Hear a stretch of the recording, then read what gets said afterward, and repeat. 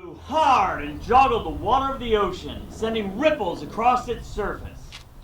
Then the wind shoved and pushed the edges of the ripples until they became waves, and shoved the waves until they became billows. The gulfs between the great billows were like deep valleys.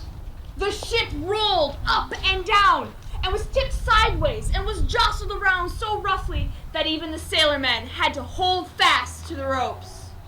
The clouds were so thick that the sunlight couldn't get through them. The day grew dark as night. The captain put all the passengers into the cabin and told them, "Stay there until after the storm is over, and all will be well." Now, among these passengers was a little Kansas girl named Dorothy Gale, who was going with her Uncle Henry to Australia to visit some relatives.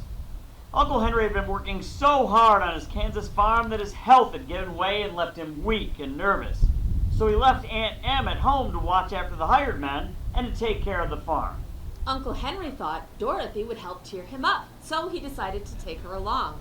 The little girl was quite an experienced traveler, for she had once been carried by a cyclone as far away from home as the marvelous land of Oz. Dorothy had almost fallen asleep when she was aroused with a start to find that Uncle Henry was missing. She remembered Aunt Em had said, "Take good care of our uncle." She decided to go on deck and find him. And as soon as she got there, the wind struck her so fiercely that it almost tore away the skirts of her dress. Dorothy felt a sort of joyous excitement in defying the storm. Uncle Henry! Uncle Henry! Dorothy made a dash forward to where a big square chicken coop had been lashed to the deck with ropes. No sooner had she seized fast hold of the slats than the wind suddenly tore away at the ropes that held the coop and lifted it high into the air. A few moments later, the chicken coop dropped away, far into the sea.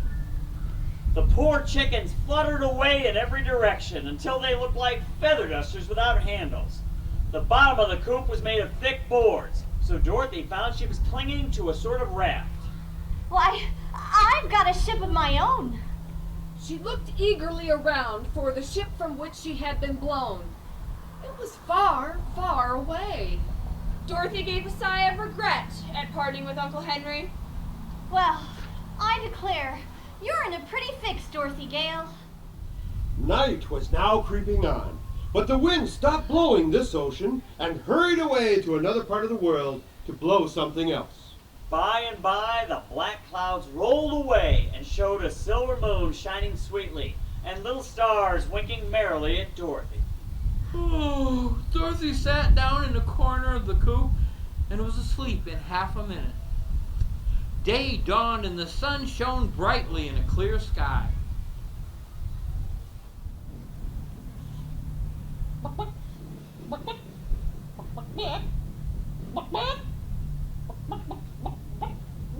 Oh, what's that? "Why, I've just laid an egg." Replied a yellow hen.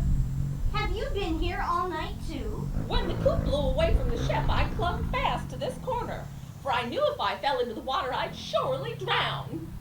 What's to become of us afloat on this big pond? I'm beginning to get hungry. It's breakfast time, but there's no breakfast. You may have my egg. Don't you want to hatch it? I never care to hatch eggs unless I've a nice snug nest in some quiet place. Why, we're not far from land. Where? Over there a little way. We seem to be drifting towards it. I shall like that. So shall I. There's nothing in the world so miserable as a wet hen. I hope we shall find something to eat. I'm a trifle hungry myself. Why don't you eat the egg? Do you take me for a cannibal? I do not know what I have said or done that leads you to insult me. I beg your pardon. I'm sure Mrs. By the way, may I inquire your name, ma'am? Bill. Why, that's a boy's name. What difference does that make? You're a lady hen, aren't you? Of course.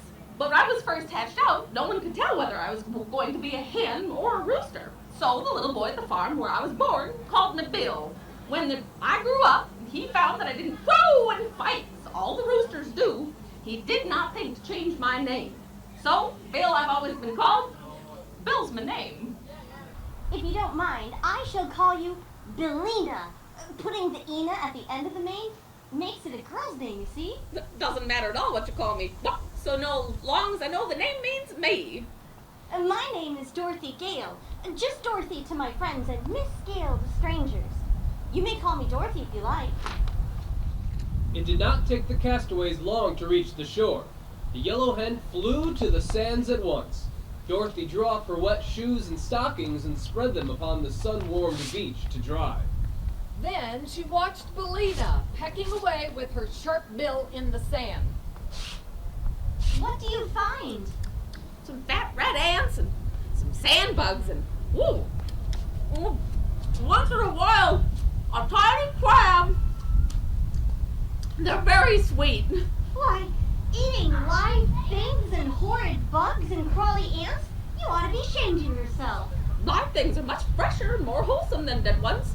And you humans eat lambs and sheep and cows and pigs and even chickens. We cook 'em. What difference does that make?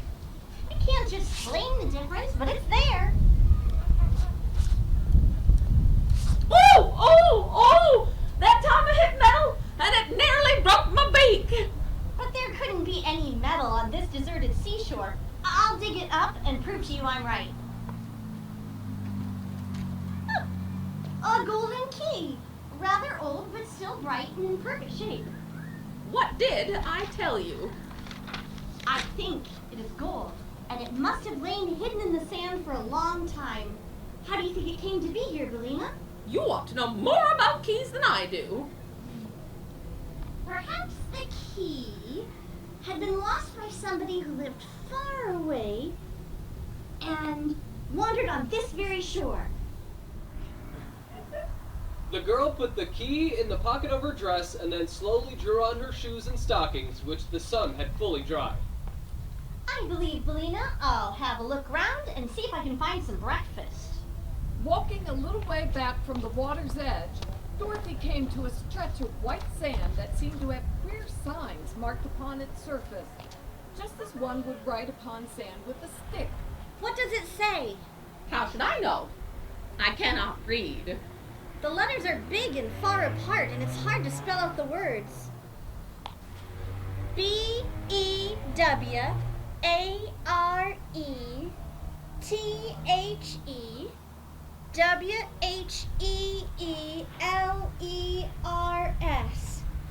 Beware the wheelers. What do you suppose wheelers are? Folks that wheel, I guess. They must have wheelbarrows or baby cabs or handcarts. Perhaps they're automobiles. There's no need to beware of baby cabs or wheelbarrows, but automobiles. Several of my friends have been run over by them. It can't be automobiles, for this is a new wild country. Where are you going? Over to those trees to see if I can find some fruit or nuts. The trees were all cottonwood or eucalyptus and bore no fruit or nuts. But one tree was quite full of square paper boxes, which grew in clusters on all the limbs. Upon the biggest and ripest boxes the word "Lunch" could be read.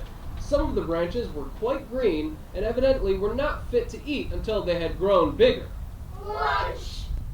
The leaves of another tree were all Paper napkins.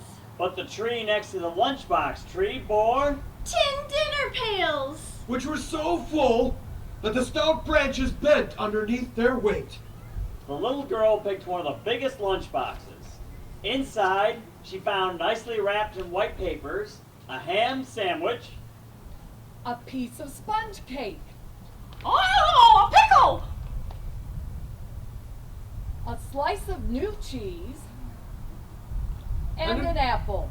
Each thing had a separate stem and so had to be picked off the side of the box.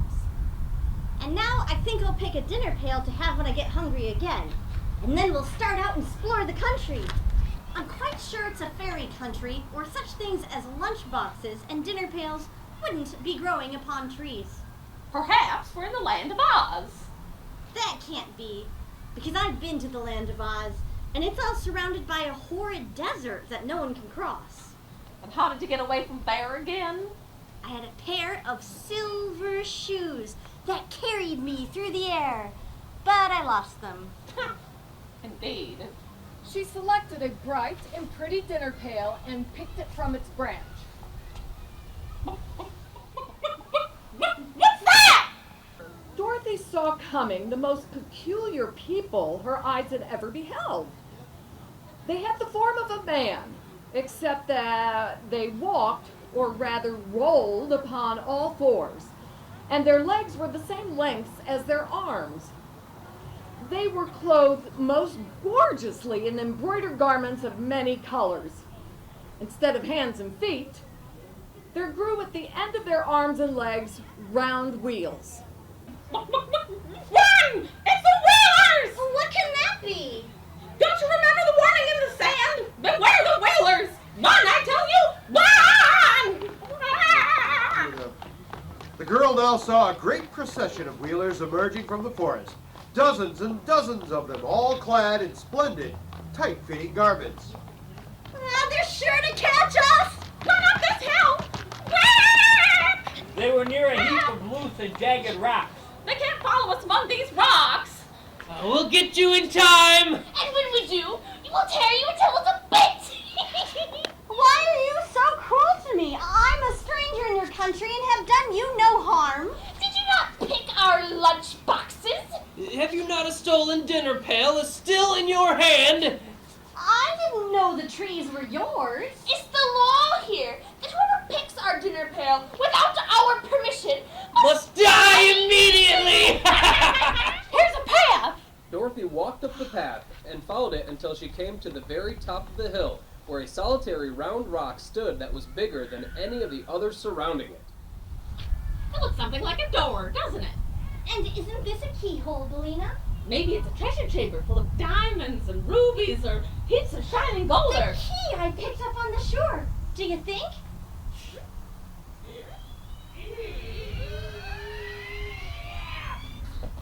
The face of the rock fell outward, like a door on hinges, and revealed a small chamber just inside. Good gracious.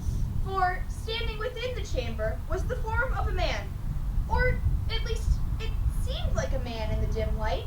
He was only about as tall as Dorothy herself, and his body was round as a ball made out of varnished copper. It isn't alive. Once I knew a man made out of tin who was a woodman named... Nick Chopper. But he was as alive as we are, because he was born a real man and got his tin body a little at a time. First, a leg. And then a finger. And then an ear. For the reason that he had so many accidents with his axe and cut himself up in a very careless manner. But this copper man is not alive at all. And I wonder what it was made for and why it was locked up in this queer place. A printed card. Smith and Tinkers. Patent, double action, extra responsive, thought creating, perfect talking, mechanical man. Thinks, speaks, acts, and does everything but live. Manufactured only at our works at Evna, land of Eve. Do you think that that's all true? Directions for using. For thinking, wind the clockwork man under his left arm. For speaking, wind the clockwork man under his right arm. For walking and action, wind clockwork in the middle of his back. This mechanism is guaranteed to work perfectly for 1,000 years. Where's the key to the clockwork? Hanging on the peg where I found the card. Wine number 1. That makes it faint, doesn't it?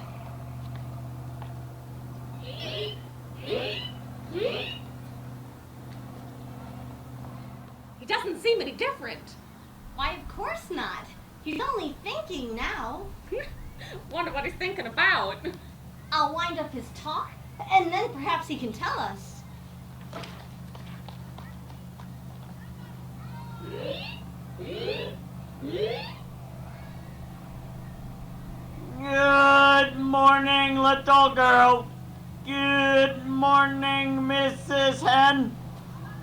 morning, sir. Thank you for rescuing me. His voice seemed to be worked by a bellows inside of him, like the little toy lambs and cats the children squeeze so that they will make a noise. How did you come to be locked up in this place?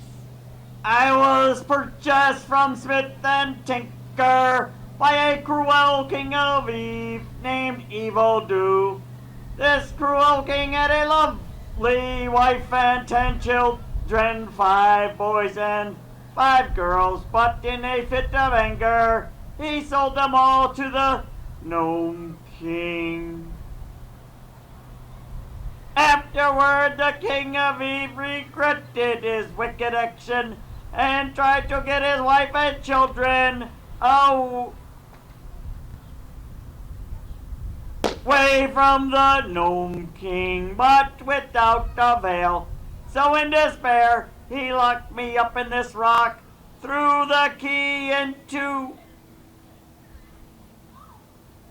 the ocean, and then jumped in after it and was drowned. How very dreadful. I shouted for help until my voice ran down. Then I walked back and forth in this little room until my action ran down. And then I stood still and thought until my thoughts ran down. This proves that the land of Eve really is a fairyland. I do not suppose such a perfect machine as I am could be made in any place but a fairyland. And now, sir, if you don't mind, I'll wind up your action.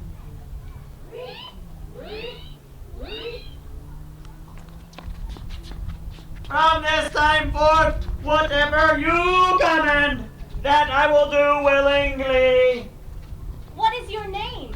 Tick-tock! My former master gave me that name because my clockwork always ticks when it is wound up. The first thing to be done is to find a way for us to escape from these rocks. The Wheelers down below threaten to kill us. There is no reason to be afraid of the Wheelers because we.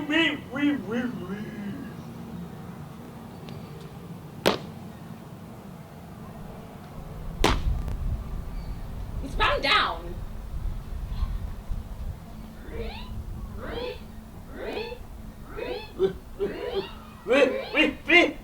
Wheelers are harmless enough to anyone that dares to fight them. They might try to hurt a little girl like you, but if I had a club, they would run away as soon as they saw me. Do the lunchbox trees and the dinner pail trees belong to the Wheelers? They belong to the royal family of Eve, only, of course, there is no royal family just now, because King Evil-Do jumped into the sea, and his wife and 10 children have been transformed into ornaments by the Gnome King. And now, wind up my think works.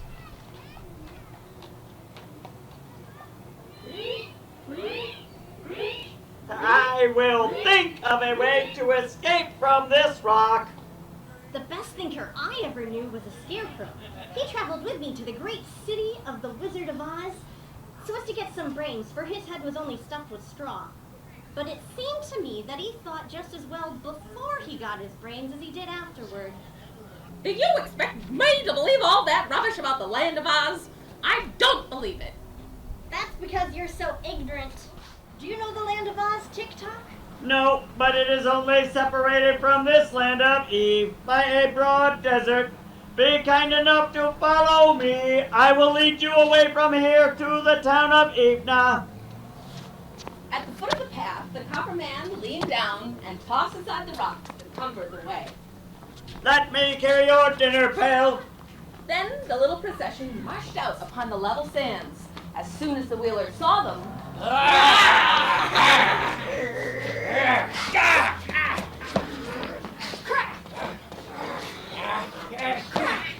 Tell your people to go away. Roll away! which they immediately did. You'll be sorry for treating me in this way. I'm a terribly fierce person. You have no fists and cannot scratch or even pull hair, nor have you any feet to kick with All you can do is yell and shout, and that does not hurt anyone at all. My people are ruined forever. You've discovered our secret. We'll keep your secret, as long as you promise not to threaten children anymore. I won't. Indeed, I won't. I'm not really bad, you know, but we have to pretend to be terrible in order to prevent others from attacking us. Who rules the land of Eve now? There is no ruler, because every member of the royal family was imprisoned by the Gnome King. But the Princess Languideer, who is the niece of our late King Evildo, is, well, not exactly a ruler, you see, because she doesn't rule. Tick-Tock started to walk down the path through the forest. As they passed out of the forest, about a mile away rose the tall spires of the royal palace. Having no further use for the wheeler, Tick-Tock permitted the wheelers to depart. As our friends walked up to the palace, they saw it was surrounded by flowers and several tinkling fountains. Tick-Tock knocked loudly on the door. Boo! Boo! Boo! It was opened by a little maid in a cap trimmed with gay ribbons. What do you wish, good people? May I see the princess, please? I will tell her you are here, miss, and ask her to grant you an audience. Step in, please, and take a seat in the drawing room. Oh, shoo! Shoo! Shoo yourself! Haven't you any better manners than that? Oh! Drop that apron and get out of the doorway so that I may enter. The princess won't like it. I don't care whether she likes it or not. Nah! Belina is my friend, and she must go wherever I go. The maid led them quickly to a richly furnished drawing room, lighted with subdued rainbow tints that came in through the beautiful stained glass windows. Remain here. What name shall I give the princess? I am Dorothy Gale of Kansas. Princess Languideer's sitting room was paneled with great mirrors, which reached from the ceiling to the floor. Also, the ceiling was composed of mirrors, and the floor was of polished silver that reflected every object upon it. So when Languideer stood, her form was mirrored hundreds of times. Whichever way the lady turned her head, she could see and admire her own features. This head with the auburn hair and hazel eyes is quite attractive. I must wear it more often than I have done of late, although it may not be the best in my collection. You have company, Your Highness. Dorothy Gale of Kansas? Is Dorothy Gale of Kansas pretty? She might be called so. Will Your Gracious Highness see her? Well, I might as well, Nanda, but I am tired of admiring this head. And if my visitor has any claim to beauty, I must take care that she does not surpass me. So, I will go to my cabinet and change to number 17. Now I must explain to you that Princess Languideer had 30 heads, as many as there are days in a month. But of course she could only wear one of them at a time because she had but one neck. Each head was in a separate cupboard, lined with velvet.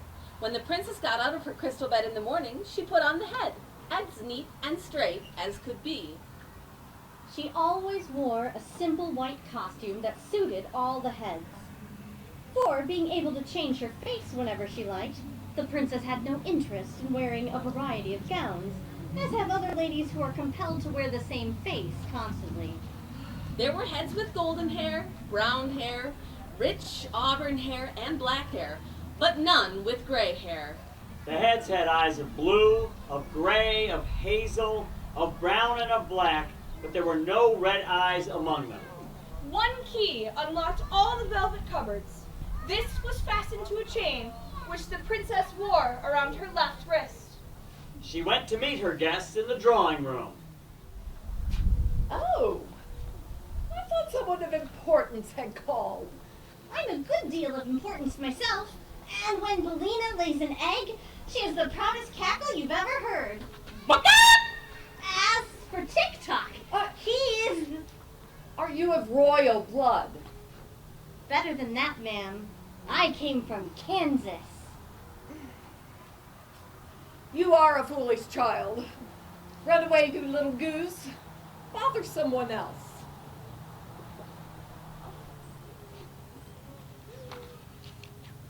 Come nearer to me.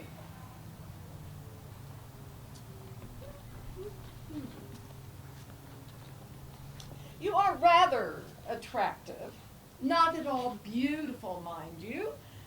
But you have a certain style of prettiness that is different from any of my 30 heads. So, I believe I'll take your head and give you number 26 for it. Well, I believe you won't. I need your head for my collection. And in the land of Eve, my will is law. I never have cared much for number 26, and you will find it is very little worn. I don't know anything about your number 26, so I'll just keep my own head. Then I shall lock you up in the tower until you decide to obey me. Nanda, call my army. Nanda rang a silver bell, and at once a big fat colonel in a bright red uniform entered the room. Lock her up. To hear is to obey. Oh, hey! Ow! Ow! Lock her up. My action is run down. Wind me up quick. Ahem. Will you exchange heads with me? No, indeed. Lock her up. He led Dorothy to a high tower at the north of the palace and locked her securely within. The soldier afterward tried to lift TikTok. Whoa! He left him standing in the center of the drawing room. People will think I have a new statue, and Nanda can keep him well polished. What shall we do with the hen? Well, put her in the chicken house. Someday I'll have her fried for breakfast. She looks rather tough, Your Highness. The breed of chickens I come from is said to be poison to all princesses. Then I will not fry the hen, but keep her to lay eggs. And if she doesn't do her duty, I'll have her drowned in the horse trough. In the morning, Dorothy leaned out of the window of her prison in the tower to see if there was any way to escape. Westward, the fertile land of Eve suddenly ended a little way from the palace, and the girl could see miles and miles of sandy desert that stretched further than her eyes could reach. It was this desert that separated her from the wonderful land of Oz. Once a cyclone had carried her across it, a magical pair of silver shoes had carried her back again. On all the desert, not a living thing was stirring. Oh, wait, though. Something is stirring on the desert. Oh, now it seemed like a cloud. Now it seemed like a spot of silver. Now it seemed to be a mass of rainbow colors that moved swiftly toward her. A broad green carpet was unrolling itself upon the desert. While advancing across the carpet was A magnificent golden chariot drawn by a great lion. and An immense tiger. standing upright within the chariot was a beautiful girl clothed in flowing robes of silver gauze and wearing a jeweled diadem upon her dainty head. She held in one hand the satin ribbons that guided her astonishing team, and in the other, an ivory wand. At once, Dorothy guessed that the lovely driver of the chariot must be Ozma of Oz. Following close behind the chariot, Dorothy saw her old friend, the Scarecrow. And then came Nick Chopper. The Tin Woodman was on foot, marching at the head of a company of 27 soldiers. Of whom some soldiers were lean, and some fat some short, and some tall. Behind the soldiers, the green carpet rolled itself up again so that there was always just enough of it for the procession to walk upon, in order that their feet might not come in contact with the deadly, life-destroying sands of the desert. As soon as the last bit of desert was passed, the magic carpet rolled itself together and entirely disappeared. They came quite close to the front door of the palace. Here I am. Here's Dorothy. Dorothy who? Asked the Scarecrow. Dorothy Gale from Kansas. What in the world are you doing up there? Nothing, because there's nothing to do. Save me, friend, save me. Who locked you up? The Princess Langwidere, who is a horrid creature. I will see the princess. Oh, thank you very, very much. As soon as the maid opened the door, Ozma stepped into the hall and made her way at once to the drawing room, followed by all of her company, except the lion and the tiger. How dare you enter my palace unbidden? Leave this room at once, or I will bind you and all your people in chains and throw you into my darkest dungeon. What a dangerous lady! She seems a little nervous. I am the ruler of the land of Oz, and I am powerful enough to destroy your entire kingdom, if I so wish. But I did not come here to do harm, but rather to free the royal family of Eve from the Gnome King. He is holding the queen and her children prisoners. Oh. I wish I could free my aunt and her 10 royal children. At present, there are at least 10 minutes every day that I must devote to my affairs of state. Oh, and I would like to be able to spend my whole time admiring my beautiful heads.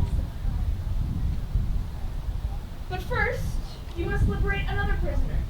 The little girl you have locked away in your tower. Oh, I had forgotten about her. That was yesterday, you know, and a princess cannot be expected to remember today what she did yesterday. Come with me, and I will release the prisoner at once. And so Ozma followed Queen Langwidere up the stairs to the tower and freed Dorothy. Tin Woodman! Scarecrow! Where's Belina? She's in the chicken house. Dorothy ran to get Belina, and just outside the door she came upon... Cowardly Lion! Oh, I'm glad to see you again. Hello again, Dorothy Gale. Let me introduce you to a new friend of mine, the Hungry Tiger. Oh, are you hungry? Dreadfully hungry. Then why don't you eat something? Well, I've tried that, but I always get hungry again. Why, it is the same with me. Yet I keep on eating. But you eat harmless things, so it does not matter. I am a savage beast and I have an appetite for all sorts of poor little living creatures, from chipmunks to fat babies. How dreadful. Oh, fat babies, don't they sound delicious? But I've never eaten any because my conscience tells me it is wrong. If I had no conscience, I would probably eat the babies and then get hungry again, which would mean that I had sacrificed the poor fat babies for nothing. I think you are a very good tiger. I am acting as no good tiger has ever before acted. That is why I left the forest and joined my friend, the Cowardly Lion. Dorothy ran around to the backyard of the palace and soon found the chicken house. Ozma of Oz is here and she has set us free. So the yellow hen came to the door. Oh, Belina. Have you been fighting? You've lost a lot of feathers and one of your eyes nearly pecked out. And your comb is bleeding. Look at the speckled rooster. It isn't a good thing for you to associate with those common chickens. They would soon spoil your good manners, and you wouldn't be respectable anymore. I was raised in the United States, and I won't allow any one-horse chicken of the land of Eve to run over me. Soon they came to the Cowardly Lion and the Hungry Tiger. Ho, ho, ho! Your present appearance makes my mouth water. My, how good you would taste. If only I could crunch you between my jaws. Belina is my friend, and you mustn't ever eat her. I'll try to remember that, but I am a little absent-minded at times. Then Dorothy carried her pet into the drawing room of the palace. Around the room stood the army of Oz. Dorothy looked at the handsome uniforms of the 27. Why, they all seem to be officers. They are. All except one. I have in my army 8 generals, 6 colonels, 7 majors, and 5 captains, besides 1 private for them to command. I've noticed that officers usually fight better. Word came to our illustrious ruler, Ozma of Oz, that the wife and 10 children of the former King of Eve have been enslaved by the Gnome King, and that no one in Eve is powerful enough to release them. Ozma went to a friendly sorceress named Glinda the Good, who heard the story and at once presented Ozma a magic carpet for us to cross the desert. Why should you fight the Gnome King? He has done no wrong. Isn't it wrong to imprison a queen mother and her 10 children? They were sold to the Gnome King by King Evildo. It was the King of Eve who did wrong. And when he realized what he had done, he jumped into the sea and drowned himself. Then he did not get the long life, and the Gnome King must give up the prisoners. Where are they confined?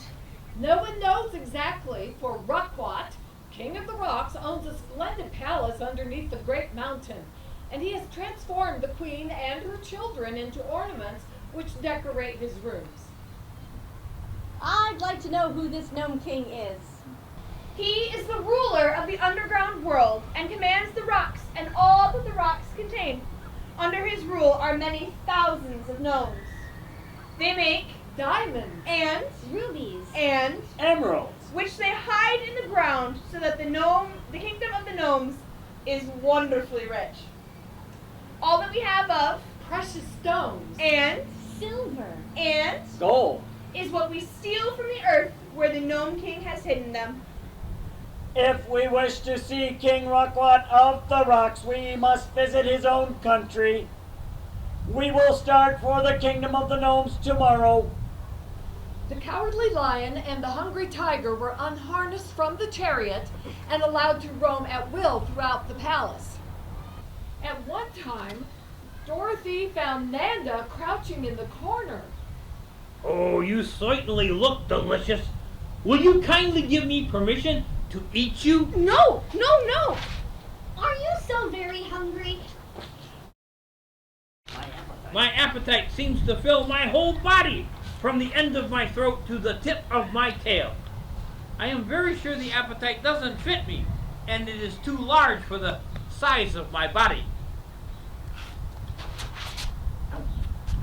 Dorothy spent most of the afternoon talking with the Scarecrow and the Tin Woodman.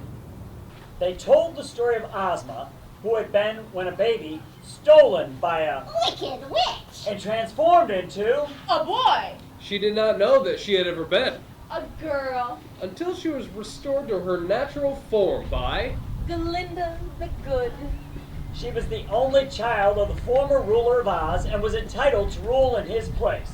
Before daybreak, the lion and the tiger were harnessed to the chariot.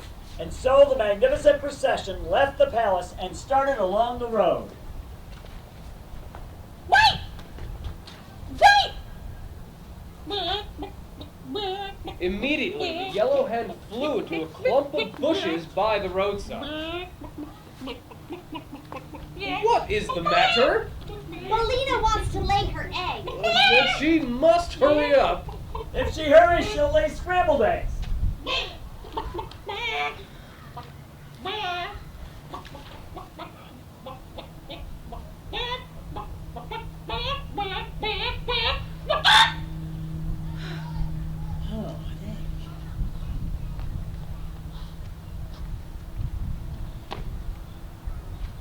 Forward march!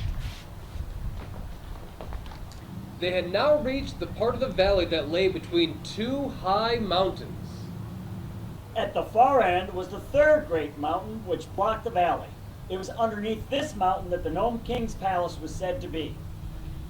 Finally, there was but a narrow path between them, along which Ozma and her party were forced to pass in single file. The way grew dark and gloomy. High peaks on either side shut out the sun. And it was silent too, as there were no birds to sing or squirrels to chatter. But then... Ow!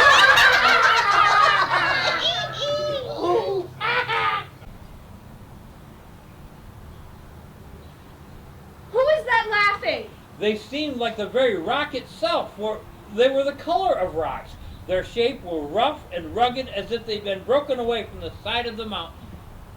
They are only the gnomes. And what are gnomes? They are rock fairies, but they will do us no harm. You must go for the king, because without him you can never find the entrance to the palace. I demand that the Gnome King appear to us.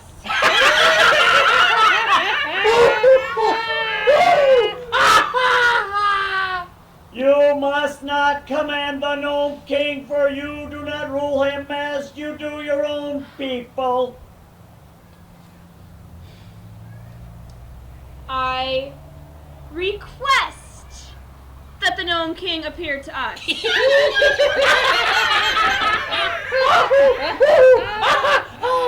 If he will not come at your request, then the Gnome King may listen to your pleading. Shall Ozma of Oz humble herself to a creature who lives in an underground kingdom? No! I'm only a little girl from Kansas, and we've got more dignity at home than we know what to do with. Speak, and if he should make hash of you, I'll willingly eat you for breakfast tomorrow morning. Please, Mr. Gnome King, come here and see us. Then, a door in the rock opened and a voice cried, Enter!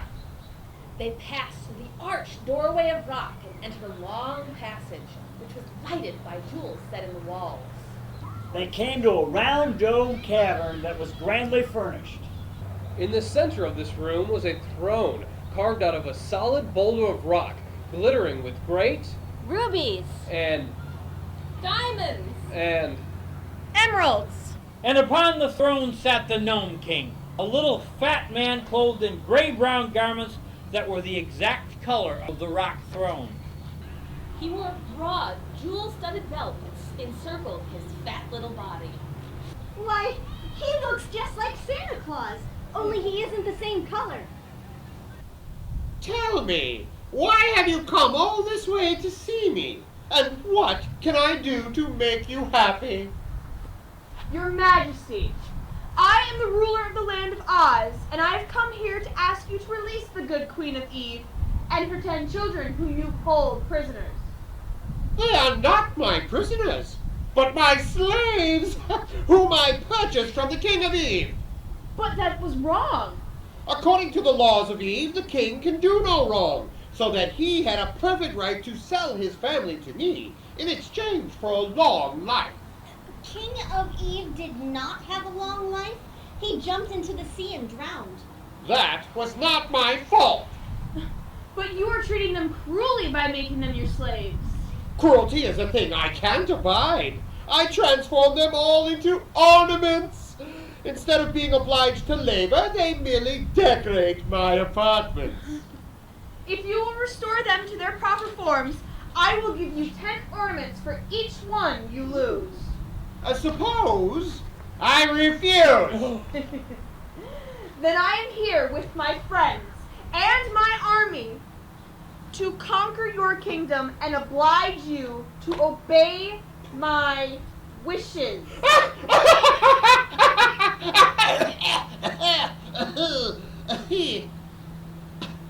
You are as brave as you are pretty, my dear. Come with me for a moment. He took Ozma's hand, leading her to a little door at one side of the room. This he opened, and they stepped out upon a balcony, from whence they obtained a wonderful view of the underground world. a vast cave extended for miles under the mountain. And in every direction were furnaces glowing brightly. And gnomes hammering upon precious metals or polishing gleaming jewels. All around the walls of the cave were thousands of doors of silver and gold, built into the solid rock, and these extended in rows as far as Ozma's eyes could follow them. At once, all the silver and gold doors flew open, and gnome soldiers marched out from every one. So great were their numbers that they quickly filled the immense underground cavern. All were squat and fat. They were clothed in glittering armor of polished steel, inlaid with beautiful gems. They wore sharp spears, swords, and battle axes of solid bronze. No ruler upon earth has ever dared to fight me.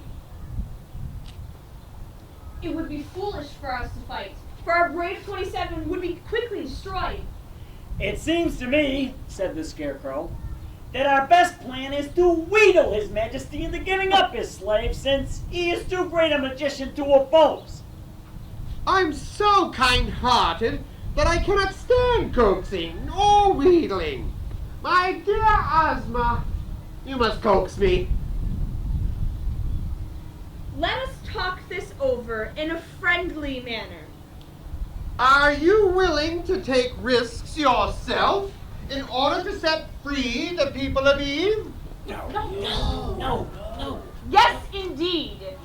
And you shall go alone into my palace, and you shall touch 11 different objects pronouncing the word Eve. If any one of them, or more than one of them, proves to be the Queen of Eve, or any of her 10 children, then they will be instantly restored to their true forms and may leave my kingdom in your company. It is possible for you, in this way, to free the entire 11. But if you do not guess all the objects correctly, and some of the slaves remain transformed, then each one of your friends and followers may in turn enter the palace and have the same privileges I grant you. Thank you. Thank you for this kind offer. I make but one condition.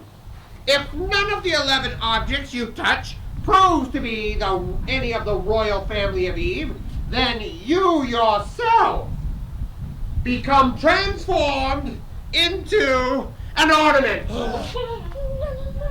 No, don't do it. No. Surely I ought to guess one object in 11 correctly, and if I do, I shall rescue one of the royal family and be safe myself. Then the rest of you may attempt it, and soon we shall free all those who are enslaved. Therefore, I shall accept the Gnome King's offer. I'll show you the way. He waved his hand. Instantly an opening appeared through which Ozma boldly passed.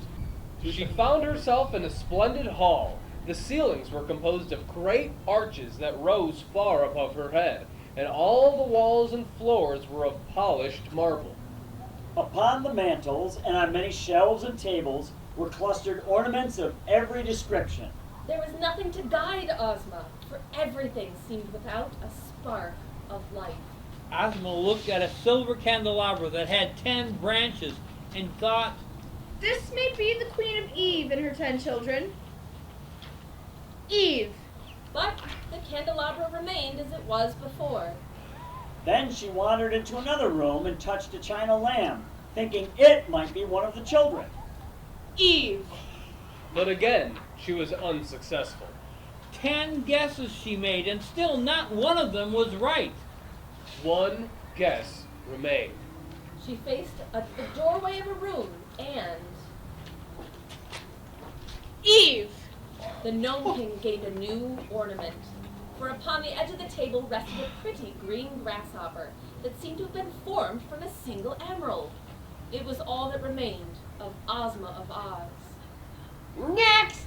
Has she failed? The next may have 12 guesses instead of 11, for now there are 12 persons transformed into ornaments. As commander of Ozma's army, it is my privilege to attempt her rescue. Be careful, said the Scarecrow. Old friend? The Tin Man entered the room, and the rock closed behind him. Eve.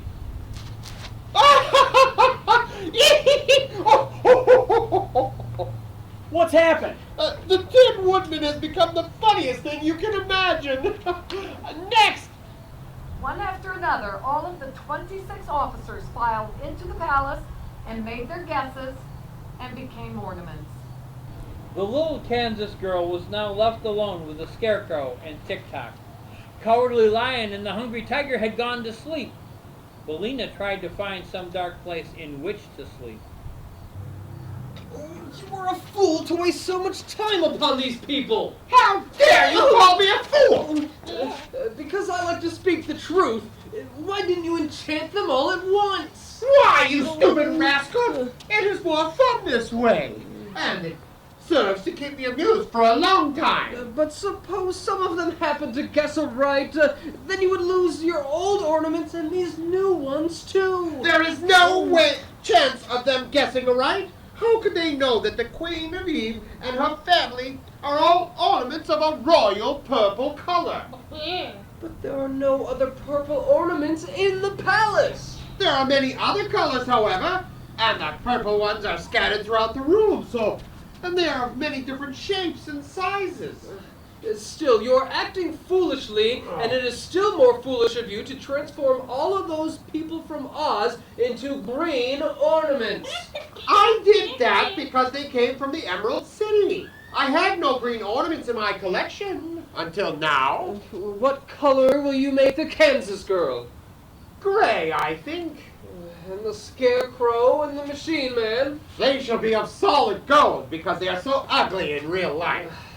If I wore the magic belt, which enables you to work all of your transformations, I would be a much wiser king. In the morning, Dorothy and Tick-Tock joined the king in his throne room. The slave should face danger before the mistress. So the Gnome King opened the door for the Machine Man. I am sorry there are so few of you left.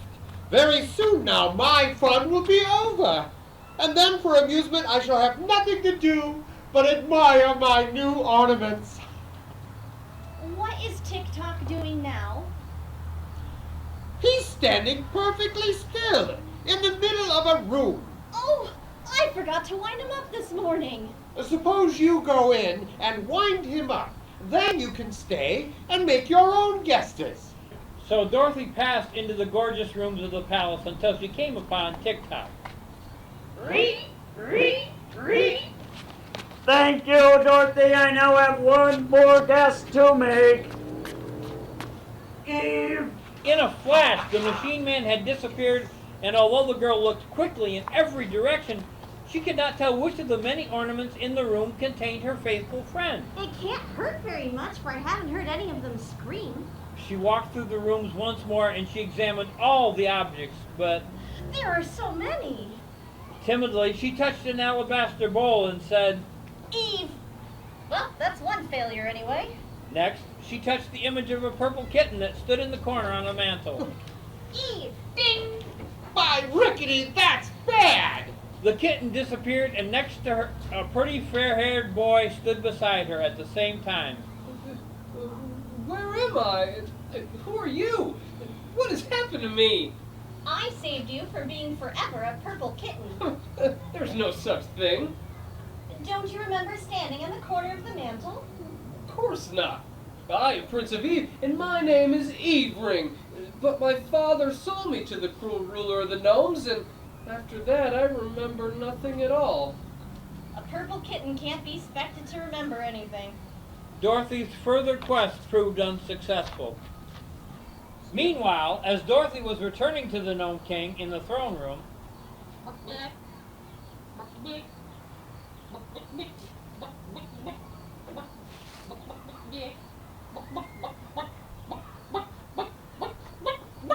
Ah, good gracious! What do you mean by making such a noise? I've just laid my egg. In my throne room? I lay eggs wherever I happen to be. Don't you know that eggs are poison? All my eggs are warranted strictly fresh.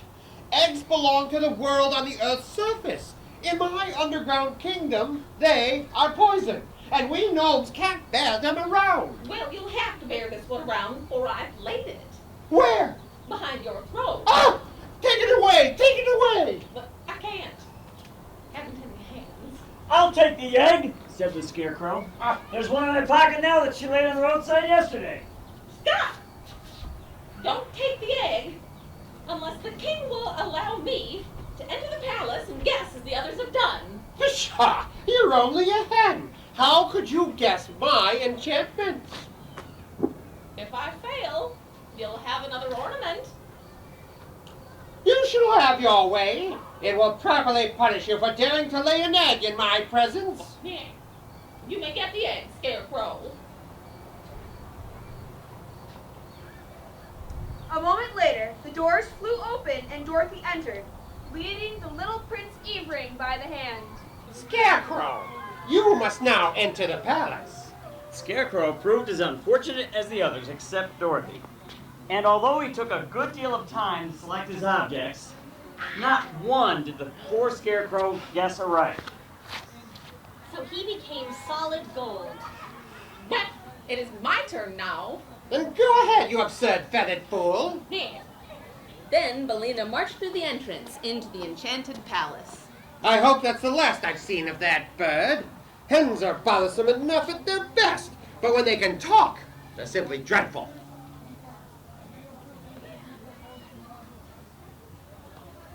As the yellow hen went through the rooms, she counted the purple ornaments. Bellina found the entire 10 scattered about. She placed a claw upon a large purple footstool and said, Eve! Ding! and at once the footstool vanished and a lovely lady, tall and slender and most beautifully robed, stood before her. Good morning, ma'am. You're looking quite well, considering your age. Who speaks? Why, my name's Bill. I've saved you from the Gnome King, and you are a slave no longer. Then I thank you for the gracious favor. But my children, tell me, I beg of you, where are my children? Just at present, they're perfectly safe, for they can't even wiggle. What mean you, oh kindly stranger? They're enchanted, and the chances are that they've been good boys and girls for some time, Oh, my poor darlings. because they couldn't help it. Come with me, if you please. I'll show you how pretty they look. She walked into the next room. A moment later, she approached one of the purple ornaments. Eve! Ding! Rickety rickets! A sweet-faced girl whose golden hair fell in a cloud over her shoulders stood beside them. Ivana, my own Ivana. Eve! Ding! Smudge and blazes! Ah, Eve Rose. Eve! Ding! Ivana, my oldest. typical Lorac! Which must be a dreadful word, because we don't know what it means. Bellina now began to select the green ornaments, which were the transformations of the people of Oz. Before long, all the 26 officers, as well as the private, were gathered around the yellow hen. Now I must find Ozma. So she went into the room where she had seen a green grasshopper, and presently, Eve! Ding! Ozma of Oz greeted the queen as one high-born princess greets another. Typical Lorac! Soon, the Scarecrow and the Machine Man, being ornaments of shining gold, were restored. But search as they might, in no place could they find a funny ornament that might be the Tin Woodman. Let us return to the Gnome King. As they reached the hall, the doors flew open before them, but then they all stopped, for the room was filled with the mail-clad warriors of the Gnome King. Surrender! You are my prisoners! Go long! You promised me that if I guessed correctly, my friends and I might depart in safety. I said you might leave the palace in safety, and so you may. But you cannot leave my dominions. I will hurl you all into my underground dungeons, where the air is hotter than blue blazes. One small blaze, blue or green, said the Scarecrow, is enough to reduce me to an ash heap. Do you surrender? Bellina whispered something in Scarecrow's ear that made him smile. Forward, my brave soldiers, and fight for your ruler and yourselves unto death. Pardon me, said the colonel. If your royal highness desires, we will order our private to attack yonder warriors. Do so. Forward march! And at that, the private leveled his spear and dashed furiously upon the foe. The captain of the gnomes was so surprised with this sudden onslaught, he forgot to command his warriors to fight. So that the 10 men in the first row, who stood in front of the private spear, fell over like so many toy soldiers. The spear could not go through their steel armor, however, so the warriors scrambled to their feet again. Then the captain brought down his battle axe with such a strong blow that the private's spear was shattered and he was helpless to fight any longer. The Scarecrow drew one of Bellina's eggs from his jacket pocket and hurled it straight at the little monarch's head. Help! Help! An egg! An egg! Run for your lives! The warriors fairly tumbled over one another in their efforts to escape the fatal poison of that awful egg. And those who could not rush down the winding stair fell off the balcony into the great cavern beneath, knocking over those who stood below them. Scarecrow threw the second egg against the right eye. Ah! Get his belt! Get the Gnome King's jewel belt! It unbuckles at the back! Quick, Dorothy! Quick! She ran behind the Gnome King, and in a twinkling she had unbuckled his jewel belt and carried it away. Because she did not know what else to do with it, she fastened it around her own slim waist. I'll transform you all into scorpions! Scorpions! What? Scorpions! Oh, my belt! My magic belt, where is it? What have you got? Run away! Royal Ozma, and you, Queen of Eve. Bellina has saved you. And now we shall leave this dreadful place and return to Eve. So Ozma gave the order to begin marching through the passage. Soon they were walking in the outer air upon the gloomy path. Presently, the sun shone between the two mountains. They found Ozma's golden chariot standing as they had left it. Soon the lion and tiger were harnessed to the beautiful chariot. Ozma's magic carpet carried them all over in safety. Would you return to the land of Oz with us? I shall like that. They entered Oz in the Munchkin territory, and the king of the Munchkins welcomed Ozma with great respect.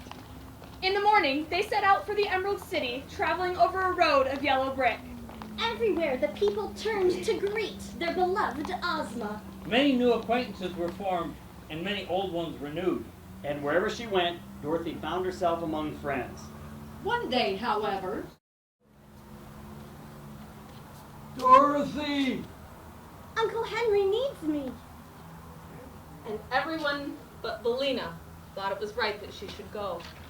all of Dorothy's friends in the land of Oz, both old and new, gathered in front of the palace to wish her long life and happiness! Long life and happiness! Long life and happiness. I'm awfully sorry to leave you, Ozma, and Scarecrow, and Cowardly Lion, and Tick-Tock, and everybody. Goodbye to all of you. Dorothy handed Ozma the Gnome King's magic belt. Please wish me with Uncle Henry.